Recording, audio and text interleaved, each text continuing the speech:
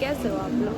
तो आज हम जाने वाले एक लंबे वेकेशन के बाद वापस रशिया एंड इस चीज़ का ब्लॉग मैं शूट करने वाली हूँ, क्योंकि मैं चाहती हूँ कि जो भी इंसान पहली बार जा रहा है ना, तो उसको प्रॉपरली सब चीज़ें दिखे कि कहाँ पे कौन सा सिक्योरिटी चेक इन होता है, कहाँ पे कैसे कैसे आपको क्या क्या पॉइंट्स पार करने होंगे, कितना कितना टाइम लगेगा, कहाँ कहाँ पे किस किस चीज़ों से बचना है एंड लगेज वगैरह का इशू एंड ऑल दैट। तो इसीलिए मैं ये ब्लॉग आज शूट करने वाली हूँ। तो let's proceed with the journey. Check कर रहे हैं अपना चेक इन काउंटर, उसके बाद हम चलते हैं। चेक कर रही हूँ अपने क्लासमेट का, उसकी भी फ़्लाइट आज मेरे साथ ही है, फिर हम जाने वाले हैं चेक इन की तरफ। So let's see. इतनी भीड़ है यार, इतना रश है, मेरे को लग रहा है क्या आधा इंडिया उड़ के ज़्यादा भीड़ देख के ना मेरे को लिटरली वो टाइम याद आ गया जो एडमिशन हुआ था दिसंबर में। इतनी भीड़ ना तभी देखी थी मैंने लास्ट टाइम। इतनी भीड़ तो नहीं होती यार, हद हो रखी है, बिल्कुल पागल हो जाएंगे हम तो खड़े खड़े लाइन में। आप भाई क्या बोल रहे हो भीड़ के बारे में? बहुत ज़्यादा भीड़ है। ये लाइन आगे तक जा रही है और पीछे कहाँ तक जा रही है कुछ नज़र नहीं आ रहा है। फाइनली लंबे इंतज़ार के बाद हमारी भी बारी आ गई चेक इन की, और जिस बात का मुझे डर था वही हुआ। मेरे दोनों बैग्स ओवरवेट निकले, 2-2, 3-3 kg। परफेक्ट है। हमें देखो यहाँ ओवरवेट के चक्कर में लड़कियों को मेकअप लेके जाना होता है पूरा में रखने के लिए। भाई अभी सिक्योरिटी का स्ट्रगल आज तो एपिक हो गया कसम से। बैग के ऊपर बैठ बैठ के मैंने बैग बंद किया, अपना बैग नहीं बंद हो रहा था। फिर उसके बाद आप मूव इन करते हो डिपार्चर के तरफ, एंड वहाँ से पासपोर्ट पे स्टैंप लगने के बाद आप प्रोसीड करते हो सिक्योरिटी चेक इन की तरफ, जो लिटरली सबसे स्ट्रेसफुल पार्ट होता है, where you are suppose to literally separate all the electronic items baggage. सारा काम खत्म हो चुका है और हम अब ड्यूटी फ्री से थोड़ी चीज़ें खरीद लेते हैं हल्दीराम वगैरह से, क्योंकि भाई ऑलरेडी ओवरवेट कैरी कर रहा है 5 kg। कहाँ से मिठाइयाँ लेके आ जाएं, लेकिन खानी तो है। अब इंडिया आए हैं तो मिठाई नहीं लेके जाएंगे तो कैसे बात बनेगी। हल्दीराम जाने से पहले मैं सोच रही थी कि इनकम लाउंज चले जाया जाए। तो अब लाउंज वाला आइडिया तो वर्क नहीं किया, बिकॉज आई गेस मेरे कार्ड में वैलिडिटी ख़त्म हो गई है ऑफर्स की। तो अब देखते हैं KFC या मैकडी वगैरह कुछ खाते हैं एक आखिरी बार इंडिया का। यार सच में पहली बार ऐसा हो रहा है ना कि मैं ब्लॉग में कुछ कहना चाह रही हूँ एंड मेरे मुंह से आवाज़ नहीं निकल रही है। मैं उस ट्रॉमा से ही बाहर नहीं आ पा रही हूँ कि हॉलीडेज़ ख़त्म है एंड हम वापस जा रहे हैं। इतना गंदा लग रहा है यार। एक तो वैसे ही वज़न कम, और ऊपर से ये एयरपोर्ट पे किलोमीटरों चल चल के भाई क्या ही हो जाता है मेरा तो। और पूरी रात काली, एयरोफ्लॉट का टाइमिंग बहुत ही गंदा है।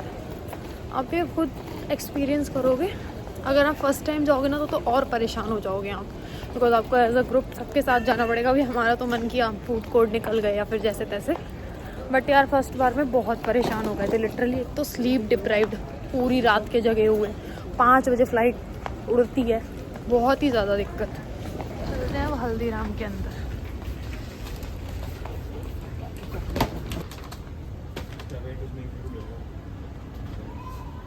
एक तो काजू कतली और ऊपर से हल्दीराम और ऊपर से एयरपोर्ट, तो क्या ही एक्सपेक्ट करो भाई, लुट गए और क्या। हम सभी इकोनॉमी क्लास यात्रियों को वार संख्या 24 रशियन एयरलाइंस की उड़ान 233 के यात्रियों को वार संख्या 24B के द्वारा से अब विमान में so finally we boarded the flight and this is the business class, और इसके बाद इकोनॉमी क्लास है। But really I was disappointed because हमेशा हम बोइंग में जाते, but this time this was Airbus. लेकिन फिर भी चलो चलते हैं। Более подробная информация представлена в инструкции по безопасности, размещенной. I have travelled along 2-3 times, हमेशा बोइंग 777 ही होता था, बट आई डोंट नो इस बार ये एयरबस क्यों आया है एरोफ्लॉट का। एनीवेज रनवे की तरफ प्लेन ने मूव करना स्टार्ट कर दिया and soon we were in the air. Bye bye to India. Shortly after the take off it was time for meals, और आप देख सकते हो इन्होंने वेज में काफ़ी अच्छा मील दिया है। वैसे तो वेज और नॉन वेज दोनों के लिए ऑप्शंस अवेलेबल थे, बट मैंने वेजिटेरियन चूज़ किया था। आप देख सकते हो उसमें चपाती, सब्ज़ी, सैलड, एक क्रॉसॉन्ट, अमूल बटर एंड योगर्ट वगैरह का ऑप्शन था। एंड उसके बाद अच्छा था यार, काफ़ी खाने में टेस्ट अच्छा ही था, दिल्ली से अच्छा ही मिलता है एयरोफ्लॉट में खाना। एंड एक ड्रिंक का भी ऑप्शन अवेलेबल था, वैसे तो ड्रिंक्स अनलिमिटेड होते हैं, कोल्ड ड्रिंक्स और ये सब। If we talk about some additional features, ये आप देख सकते हो वहाँ पर चार्जिंग सॉकेट था, थोड़ा सा इसका भी डिज़ाइन चेंज था। पहले यहाँ पर LED होता है बोइंग 777 में, बट यहाँ पर एक ग्लास का एक्स्ट्रा स्पेस था। एंड सीट भी काफ़ी स्पेशियस ही थी, प्लस ये विंडो पर भी अलग था थोड़ा। अब टाइम पास ना करते हुए मैंने सोचा जब तक लैंड नहीं हो रहा है अपना फेवरेट काम कर लिया जाए, तो मैंने तो ले लिया एक छोटा सा nap. Soon we also landed at the Moscow airport. Then shuttle bus से हम सब पहुँचे रनवे से टर्मिनल की तरफ।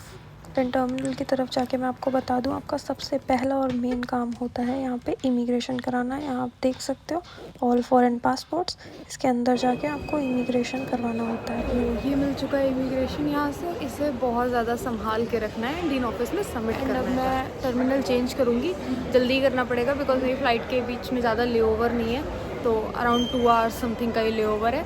तो अभी मुझे टर्मिनल B जाना है। Right now I am at terminal C, वहाँ से मेरी मॉस्को से ऊपर। अगर एक चीज़ बोलूँगी टिकट्स करते टाइम, अगर पहली बार आ रहे हो ना तो थोड़ा सा ले ओवर जो है ना फ़्लाइट्स के बीच में मिनिमम 4 आवर्स का तो रखना, बिकॉज आपके लिए नया होगा ना सब, ऊपर से आपको रशियन भी पढ़नी नहीं आती, तो आप कैसे चेंज करोगे इधर से उधर टर्मिनल और ये चीज़ें। तो 2 घंटे का ले ओवर मत रखना, वरना ये इमिग्रेशन और सब करते करते ही फ़्लाइट मिस होने के चांसेस। एंड एक बात और बोल देती हूँ, दिल्ली में पता कर लेना कि आपको मतलब जो आपका लगेज है वो डायरेक्टली ऊफा में मिलने वाला है या यहाँ मिलने वाला है। इसी वजह से भी बहुत बच्चों का लगेज छूट जाता है।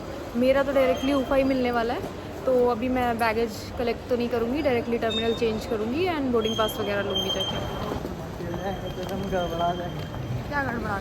फिर आपको एक कस्टम्स की ग्रीन चैनल में जाना है एंड उसके बाद वहाँ से आप प्रोसीड करोगे चेक इन काउंटर्स की तरफ, जहाँ पे अगर आपको दिल्ली में बोर्डिंग पास नहीं मिले हैं तो यहाँ से आप अपना बोर्डिंग पास कलेक्ट करो। फिर यहाँ से आप एक बार फिर से सिक्योरिटी चेक इन के लिए अंदर जा सकते हो। मूडी टाइप के लोग हैं सीरियसली। आज पूरा बॉडी मिस्ट पड़ा था तो भी नहीं रोका, वैसे छोटा सा परफ्यूम भी फिकवा देते हैं। फिर यहाँ पर दोबारा से अपना बैग पैक करके हम चले अपने बोर्डिंग गेट की तरफ। ऑलमोस्ट अब सब कुछ पूरा हो चुका है, सिक्योरिटी चेक इन हो गया, बोर्डिंग पास मिल गया एंड अब हम बोर्डिंग गेट की तरफ जा रहे हैं। हम काफ़ी देर से वेट कर रहे थे बोर्डिंग गेट के पास एंड मुझे लग रहा था कि हम अपने कान वान थोड़े खुले रखे हैं यहाँ पे। बोर्डिंग पास पे कुछ और गेट नंबर लिखा था, सडनली गेट नंबर चेंज हो गया है, तो हम उठ गए टाइम देख के, अदरवाइज़ हम तो बैठे रह जाते। फिर हम पहुँचे अपने न्यू बोर्डिंग गेट की तरफ एंड फाइनली पहुँचे फ़्लाइट के अंदर। यार बोर्ड कर लिया फ़्लाइट एंड थकावट महसूस हो रही है, जबकि इतनी टायरिंग जर्नी होनी नहीं चाहिए, बट स्टिल पता नहीं क्यों इतनी थकावट लग रही है ना। बस जल्दी से पहुंच जाए बस। तो आपने ऑलमोस्ट पूरा जर्नी तो देखा ही होगा कि कैसा कैसा कहाँ पे मील्स मिलता है क्या ये। एंड मैंने मैकडोनल्ड्स से भी ख़रीदा था, तो वो भी मैं लेकर आई हूँ बिकॉज इस वाली जो फ़्लाइट है ना इसमें आपको वेजिटेरियन मील बहुत ही मुश्किल से मिलेगा। मैं आपको भी दिखा दूँगी। मेजरली पॉर्क देते हैं ये लोग खाने के लिए, हैमबर्गर टाइप में। तो अगर आप प्योरली वेजिटेरियन हो तो अपने लिए यार कुछ खाने का कैरी कर लो, बिकॉज मेरा तो लेओवर बहुत कम था, स्टिल मुझे भूख लग रही है। एंड अगर आपका लेओवर बहुत ज़्यादा होगा तो आप कैसे इतना भूखा रह पाओगे। एंड मोस्ट ऑफ ऑल आपके पास करेंसी वगैरह नहीं होगी ना, थोड़ा सा कुछ कैरी करो खाने के लिए। भाई मुझे तो लग चुकी थी अब बहुत गंदी भूख, मैंने सोचा कुछ खाते हैं और इन्होंने भी अब सिक्योरिटी इंस्ट्रक्शन देने शुरू कर दिए थे। उसके बाद finally we took off towards Ufa. फिर हम ऊफा लैंड हो चुके थे। अब क्या ही बोले, अच्छा तो बिल्कुल भी नहीं लग रहा था, ऐसा लग रहा था कहाँ ही आ गए, बट अब क्या कर सकते हैं। बैगेज वगैरह फिर हमने कलेक्ट किया, एयरपोर्ट के बाहर पहुँचे। हो गया। वो कह रहा मुझे माफ़ कर। So this was all about my journey back to Russia after my vacations. I hope इसमें आपने अच्छे से हर चीज़ देखी होगी कि कैसे आपको आना है, कहाँ पे आपको क्या टिप्स मिल सकती है। मैंने हर चीज़ देने की कोशिश की है। So if you do like this video, like it, share it as much as possible and do subscribe the channel. And thank you so much for watching. Bye bye. Take care.